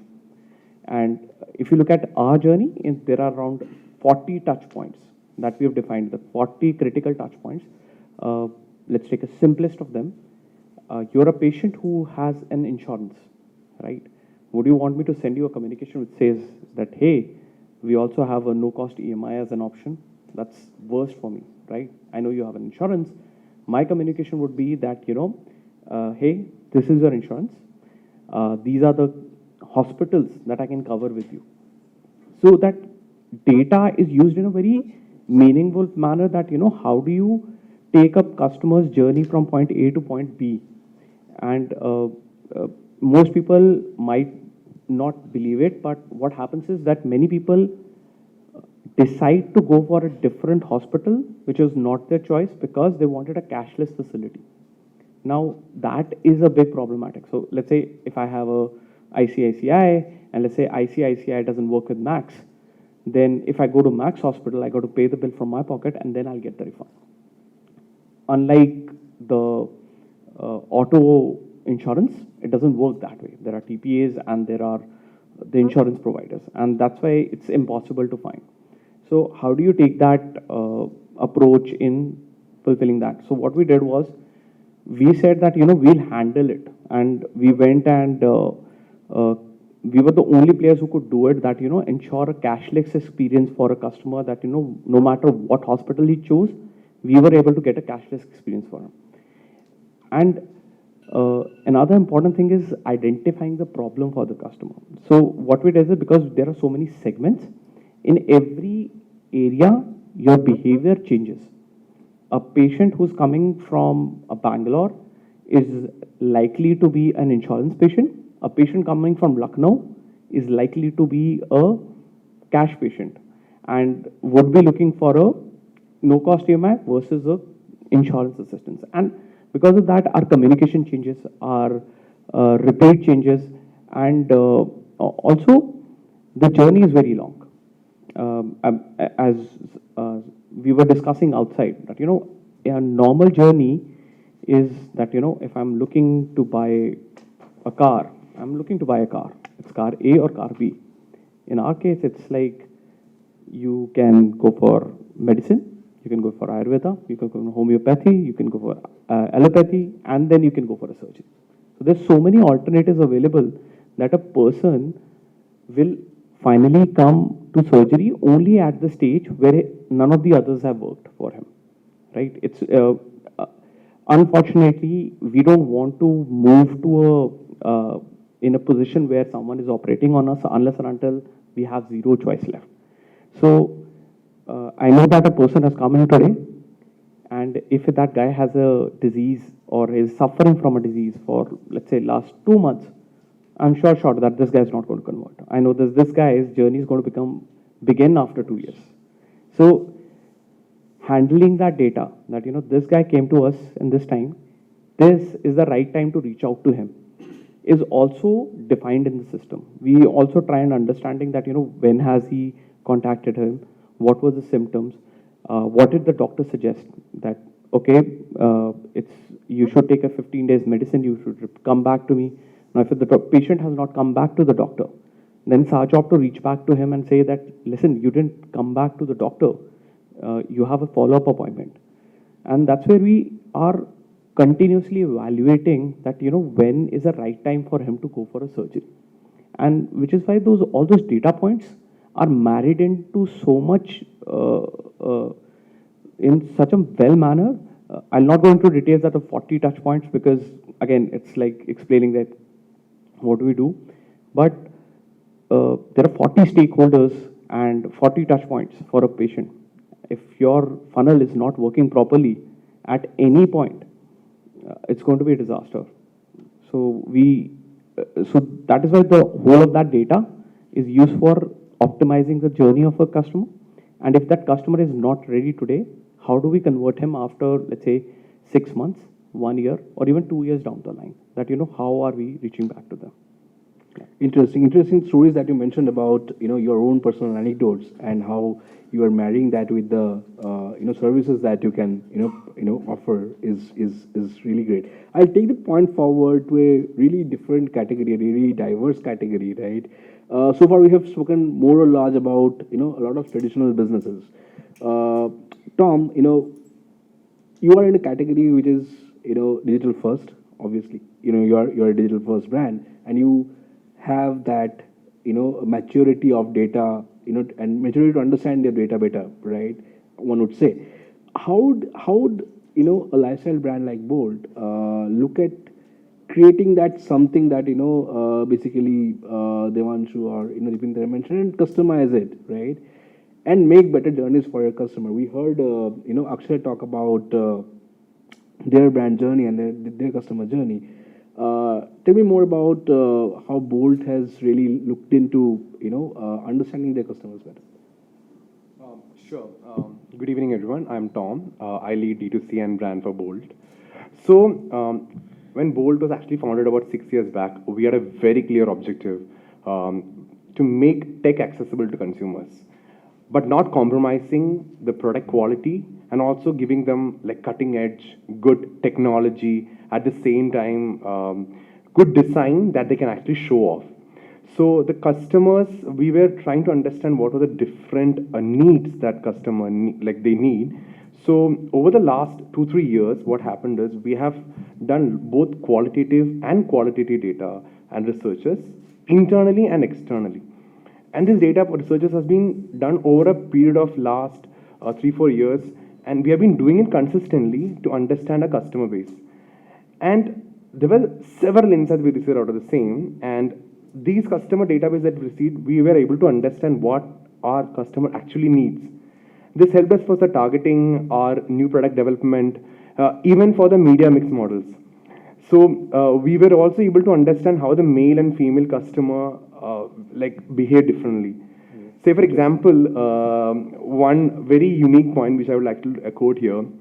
I think Akshay actually told about the same thing. Like when a customer lands on the website on the D2C page, how can we convince the customer? But we also thought about a step back, like what could be the key reason a customer needs a product.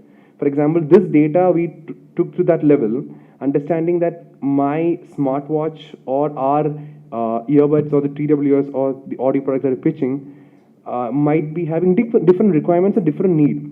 So that sell point is something that we try to crack. So for example, I might be using my earbuds, I'm looking for an earbuds with like pure ANC. And I need to ensure that I target like that particular customer with that ANC feature. If I target the customer with any other features, there is no chance that I'll be able to get them to a website and convince them to buy my product. So like 5 years back or 6 years back, when we thought about digital transformation, it was considered to be a very high priority. It was very, very high priority that we should do it. In my sense, right now, it's not just a priority, it's a necessity. Like having a centralized data is a necessity that we all need to have. I think with Ritesh, I was having a chat about 2 weeks back on a very similar topic, and we were discussing on how the data has evolved and how two buckets doesn't talk to each other, and it could become a big issue because customers have evolved. Okay, what happened is over the last like in the second half of the last decade, the penetration of internet has actually gone multifold. Like it has gone to every nook and corner. Accessibility has increased. What happened is with accessibility, the smartphones have actually been reached to every door, every individual. So there is a good advantage for brands like Bolt and Noise, like because with smartphones reaching and with internet reaching out to each of them, we were able to pitch and like the customers' need increased. They needed more smart accessories to make their life hassle-free. That's where a brand like Bolt entered their life. Like, you know what? You can actually make your life really better in a much like shoestring budget. You don't have to spend 20 grand or you don't have to spend 15 grand. All you need to do is just don't order 2 meals or one, like where you can save from one when going out, and you will be able to actually get a TWS which you can actually use for the next 2 to 3 years at the current best technology that is possible. And that is what we are always able to look at. For example, the data that we currently have, we use it in the mode of relevancy. If you're not able to make make communication relevant for them, trust me, we're not doing the right job. And that's where a central data point, I think what he mentioned was very true. For example, if I'm not able to make sure that if my communication and my creatives is not aligning with his requirement, my job is not done. I think that's where we as marketeers play a very key role, and that's where we marry marketing and data together. Like again, last conversation we had with Ritesh, I told something very specific and very clear, which is very important for us, because we don't look at customer satisfaction. Trust me, we don't look at customer satisfaction. We look at customer delight. The reason being, I don't want him to be satisfied. I need him to be happy. Him or her to be happy with the product and with the overall experience that he had while buying my product from any touch point, given it's D2C, given it's Amazon, Flipkart, or any offline or online touch point. Because that's when a brand like me will be able to onboard him to the like overall brand loyalty, and he'll become a loyal customer, and I'll be able to build the customer lifetime value. And that is the key focus that we have been building over the last 2-3 years. And we as a brand, we know that we are still evolving. Okay, trust me. Like when I say that we have digitally been transformed, we have been a digital first brand, but it changes and it evolves day on day. If we don't evolve and if we don't become adapted to the current scenario and the current tech, like it was mentioned, the AI will come over and we won't be having the right base to build on it. And that's the current scenario. We need data with relevancy built on so that we are ready to take on anything and make the customers happy. Yeah. Interesting that you mentioned about the customer journey, and you are more bothered about delighting your customers. That is exactly what makes them come back, right? And come back and maybe choose their own products. Talking about customer delight, and I'll take this point forward, to Varun, right? Varun, you have all our data, right? You have all the data you have, and we have seen your company transition into different sectors and different avatars to meet the customer customer requirements. So I know that you have kind of that part sorted, but how do you delight your customer, and how do you gauge that data to create that delight for a customer is something that this sector or this segment we would want to understand from you. Thanks a lot for that question, Satyajit. I think it's very relevant specifically to when you talk about what makes a successful flywheel. Yeah. And I think exceptional experience, which is what delight comes from, is really critical to building that. And I think at Airtel, we focused on building exceptional experiences. Now, to give you context, of course, telecommunications today is not just a service anymore. In fact, it's a lifeline, and I think COVID helped us understand that seamless connectivity is critical. And so today in India, we serve 360 million plus customers alone in India, and then we have businesses outside as well. Which means, like you said, we have a trove of data. In fact, we have an abundance of data, and we have data that helps us understand calling preferences, helps us understand demographic pieces, helps us understand behavior and channels, whether you walk into a store or you operate on an app. And so while you have a lot of data, when you talk about creating customer delight, there's a few things that in this journey we've tried to solve, key problems that we needed to solve. I don't know if it'll surprise all of you that for us, one of the most critical but simplest things is our customer and our consumer are different, right? Because today in India, maybe in the metros, the person buying the service is actually the consumer of the service. But if you look at tier 2, tier 3, mostly one individual will purchase a service for the entire family. And so when you think about who the consumer is, it could be the person's brother, the wife, the sister, or the children. And I think to be able to delight customers, you have to know who's using the service. And so that became the first problem that we had to go after. The second thing I think a lot of people touched on is this online and offline connect. And so if pre-COVID, and I'll give you an example of just of our prepaid business. Pre-COVID, we had about 28% of our revenue coming online. And then in the 4 months, it went to 65%. And, but there are still, customers who recharge at local retailers, they'll recharge at stores, they will have friends recharge for them. And I think understanding this becomes very important. So I'll take an example during the pandemic.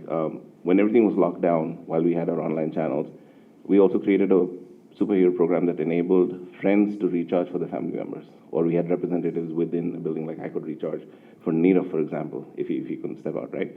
So I think that's the second part. And thirdly, telecommunications is a very regulated industry.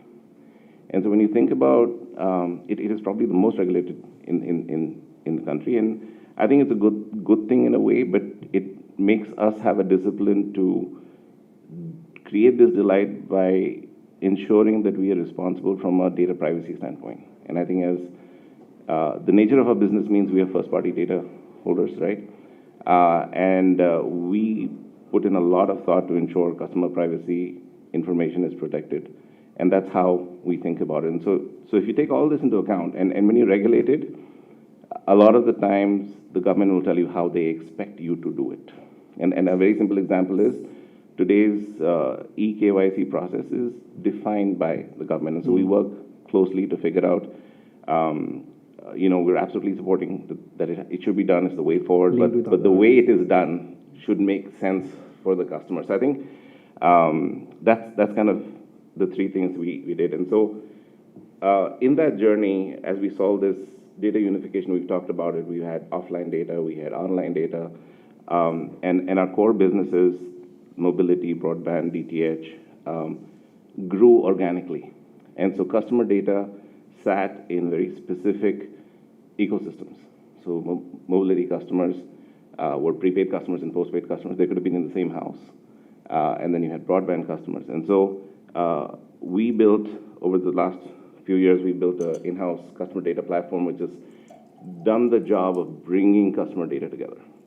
So today I can uniquely identify a customer and say this customer has 5 services. And by the way, this customer now has a relationship with 4 others of the same family. And I think that is the kind of foundational work we've had to do to get to exceptional experiences. The one thing that is amazing about what we do is our people are obsessed about customer experience. And if you go into a store, they'll do their very best. But data has to support the front lines. And so a big theme that we picked up on was how do you empower the front lines to really do what they need to do, right?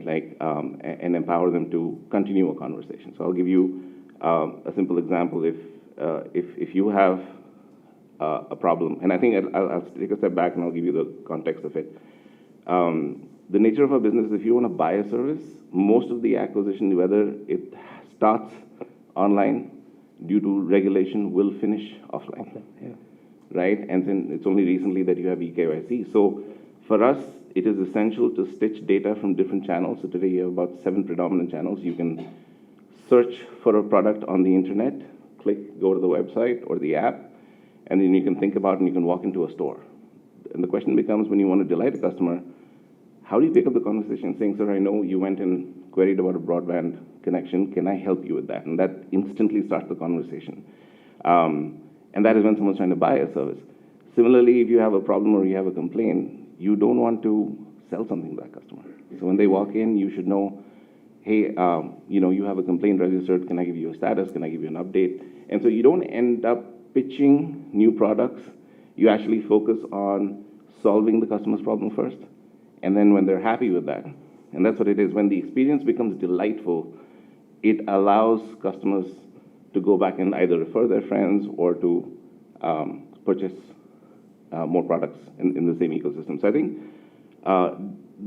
this was some of the very foundational stuff. And then as you get into the world of AI, delight, whether it is in acquisition or the own base, comes from understanding customer context, right? Like, when do I want to be sold something? When do I want to not be disturbed? We talked about communication to a point of view, right? So we have a sophisticated CLM ecosystem, which actually defines how many marketing messages do I really want to send? What is the nature of those messages? What should I be talking about? And what time of the day should I be talking about? And all of this is possible because you have the stitch on data. You have taken the data of the experience in the store, and you've taken the data of the experience on the channels, and you've taken the data on the contact centers, and you brought it all together and said, I should really message this person about X versus Y. And I think that's where customers begin to figure out that, okay, this makes sense, because it has to be very relevant. So if customers' context, their intent is very central to some of this stuff. And that's really how it is. Like, I'll give you 2 very simple examples. On international roaming, today, if you land in a new country, we will instantly say, hey, you're here so that you don't get charged a lot. Why don't you do A, B, or C? When you come back to India, your app actually changes. So when you're abroad, your app looks different. When you're back in India, it looks different. Because when you're abroad, you don't care about buying broadband. You care about how many SMSs I've left, how much data I've got, when I want to read support, what do I do, what countries are covered. And I think that's really how we've taken this journey of stitching data across our ecosystem, bring it in one place. And I think the next level of maturity for us really is creating the one view of that customer. And I think all this stitch comes together to say, it goes back to preferences, like what Devansh talked about, like, do you really know what this customer wants at every stage in their life cycle? And I think that's the way we're going about it. Our work is never done, of course, because keeping 360 million customers happy is a thing. If you have a 1% unhappiness, that's a lot. So it's a constant effort, and I think it's a terrific journey. So true indeed. I mean, delighting the 360 million that you mentioned, right, is quite a task. Yeah. And glad that you are making sense of the data, right? So moving on to a very very different business here, right? We heard about the telecommunication giants speak about how they understand, they try to understand and gauge customer data. Deepak, help us understand, the B2B e-commerce space, right? And how is the customer different there? That's one. And secondly, the real-time insights, how do they differ from any B2C, company that we have heard and spoken about today? Sure. Thanks, Satyajit. So I'm Deepak, heading the product team at Moglix. So if we talk about Moglix, so it's a B2C e-commerce. So we have the different set of customers. So on one side, we have the big enterprise. On the second side, like say, we have the individual customers, like say you and me. So if I talk about the different personas are there, and accordingly, we do the segmentation of the customers. So talking about like say B2C first, we follow the same like say the flywheel model where we do the attract the customers, like say engage them on the platform, and then like say provide a delightful experience to them. So simultaneously, we also provide like say data analysis to them. Like say if we talk about our customer base, it's primarily from the tier 2, tier 3 cities, and then like say we have more of like say price conscious customers. Then, like say, if we talk about the brands that are listed on our platform, so we have a mix of like say top brands and the local manufacturers. So if we talk about the decision making at that point, so the customers are not well aware, like say what particular product to buy amongst the like say thousands of products listed on the marketplace, right? So we deal with the like say to give them the insights to make that help in decision making. Like say what sort of brand is most popular on the marketplace, what sort of price range the particular like say they can buy from our platform, and that insights helps in making them the decision making. And then the same data we feed into the marketing campaigns, like say where we target the customers through the personalized market segmentation, right? And then like say accordingly, like say how we keep a track of the real-time analysis basis the actions that they have taken to do the more personalization of the campaigns, to more retargeting of the campaigns. Like say if we talk about if someone has bought a like say printer, right? We know like say he might be interested in buying the printer ink also.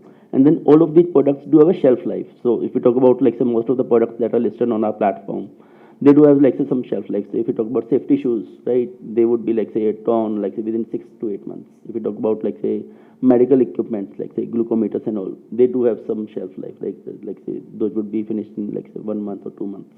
So accordingly we target the customers.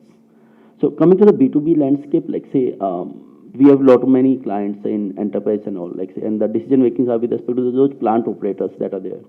So they have their own tone, right, with respect to the requirement of a particular product. So we do those AI-based predictive analytics, like say how would be the demand of a particular product, how we can map that particular requirement to our products that are there, that it would be in demand. So we deploy those analysis and predictive analytics to capture the demand a particular plant would be having, and accordingly we fulfill the needs of our clients. Interesting that you mentioned about the different needs that both sides of the business has, right? And you are delightfully creating those delights for your customers. I think I move on to Piyush now. Piyush, sorry to come to you late, and but believe me, we kept the best for the last. I think help us understand your customer better. Campus, Activewear, we have seen this brand, right? We have grown seeing this brand, and so it's a mix of a traditional and now with the lifestyle factor coming in, digitization happening, right?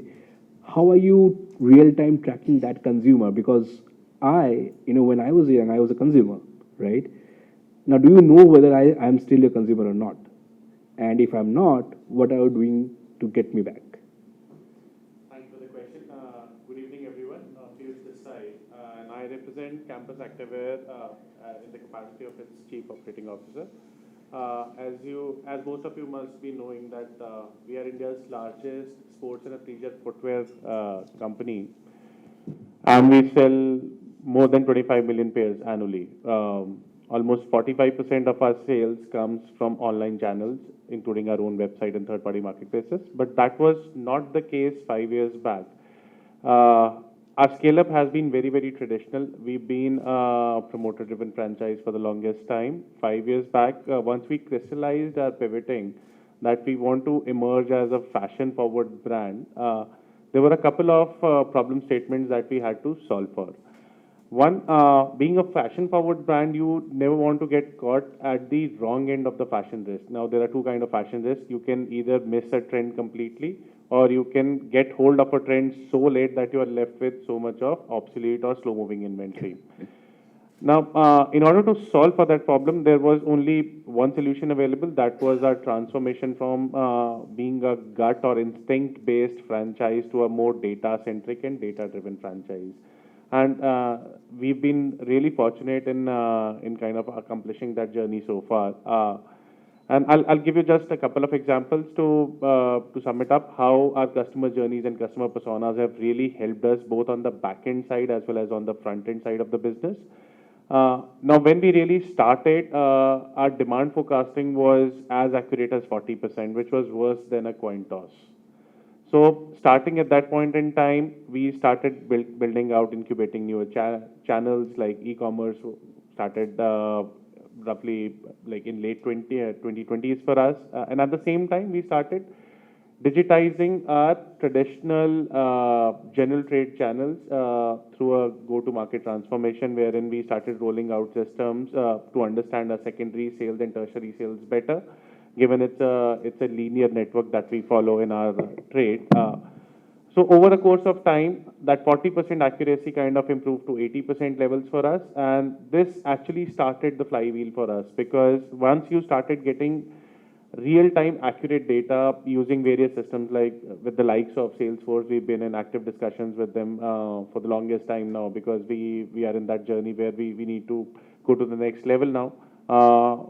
From disparate systems to a really integrated one. But still, whatever data we started harnessing, it started giving us real-time insight, especially being a fashion brand. It was really important for us from a demand forecasting perspective. Those forecasting models started kicking in. Basis that capacity planning became really efficient for us. Our lead times came down from 120 days to almost 60 days, which is one of the best in the industry. Led to a better targeting of the customer, really, and if we talk about the P&L and the balance sheet side of it, led to really efficient operations, which released a lot of working capital, which got targeted towards reaching out to those customers through various customer journeys, which we championed over the years, and started the flywheel effect for us in a way.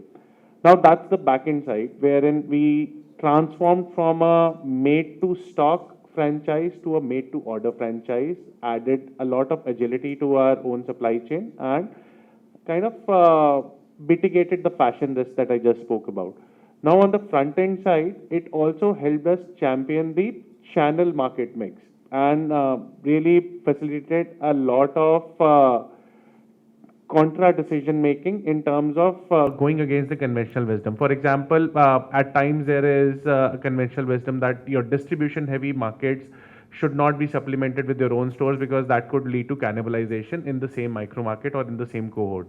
But data and customer personas really told us that these are not supplementary markets, these are complementary markets in a way.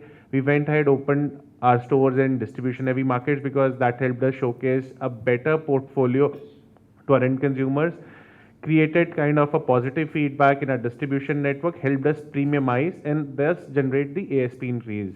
Similarly, South was a market which was not championed by us for the longest time, given we are a North India centric brand. We took a very different approach. We took a e-commerce first approach because the conventional approach was if you go ahead and appoint a distributor there, you'll do a proxy search out there in the landscape. You will end up appointing someone who's the closest proxy. So, for example, open footwear distributor is the one which will come to your mind. But then your customer out there is not really the customer that you're targeting because your open footwear customer is very different from a closed footwear customer.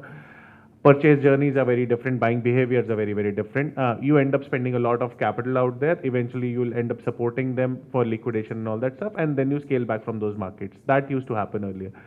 But with the advent of e-commerce, we started designing those customer personas, which gave us insights about what kind of product, color palette do they need, what kind of price points really work for us in terms of attracting those customers in those micro markets or those cohorts. And hence, we started penetrating in those markets, followed by our own stores and physical rollouts. So these two examples really actually show that how customer journey so far has become, so far as fashion is concerned, have become more and more media agnostic. You may end up discovering a brand either online or offline. Evaluation could happen either online or offline because it's a high touch and feel category. But again, content covers up for that in the e-commerce space or in the digital space. But your ultimate buying decision could be based on either your impulse, where you end up buying online, or if you're having a discount seeking behavior, you could go to an offline store and end up buying there, followed by post purchase behavior. The idea for us is to handhold the customer throughout this entire journey, stay there in the consideration set, and help convert those customers, followed by enhancing the customer delight, as some of my fellow panelists have already mentioned. So, I mean, in the nutshell, this is the journey that we have traversed so far. We've been fairly successful in doing it, and I believe this is just the start for us. Going forward, data is going to really help us enhance the journey even more. Interesting cycle indeed. And before I wind up this session, I would really want to thank each one of you because today, as we come to the end of this session, I'm sure each one of us is going a little bit wiser about understanding their own customers better, because I am also serving one of our customers, and day in and day out we are talking to more of our consumers and understanding what they want to want from a publishing brand like us, and I have gained a lot. I would really request Ritesh. I would come to Ritesh here and request him for his closing notes. No, so excuse me, I think we have overshot the time. I think the conversation was so interesting. In fact, I held myself from asking some of the questions, but I can clearly see, this room is filled with so much of experience, innovation, and learning. It's difficult to assimilate, but yeah. So one thing which we can establish is, consumer is God. Whatever you guys are doing is for the end consumer, right? And the traditional approach of funnel-based approach cannot work, right? Where marketing used to do something, then give it to sales, and then give it to post-sales. I think everybody wants to keep customer at the center of everything which they are doing. And Salesforce is one platform which has done this over the past years. It's because of the engagement platform we have. So with that note, I just want to say the team is there. If you're looking for any strategy around data, digitization, if you want to make sense of the data, we would be more than happy to talk to you. Team can visit, wherever you want us to. And we'll be more than happy to help a brand like yours, because we have done this over and over again.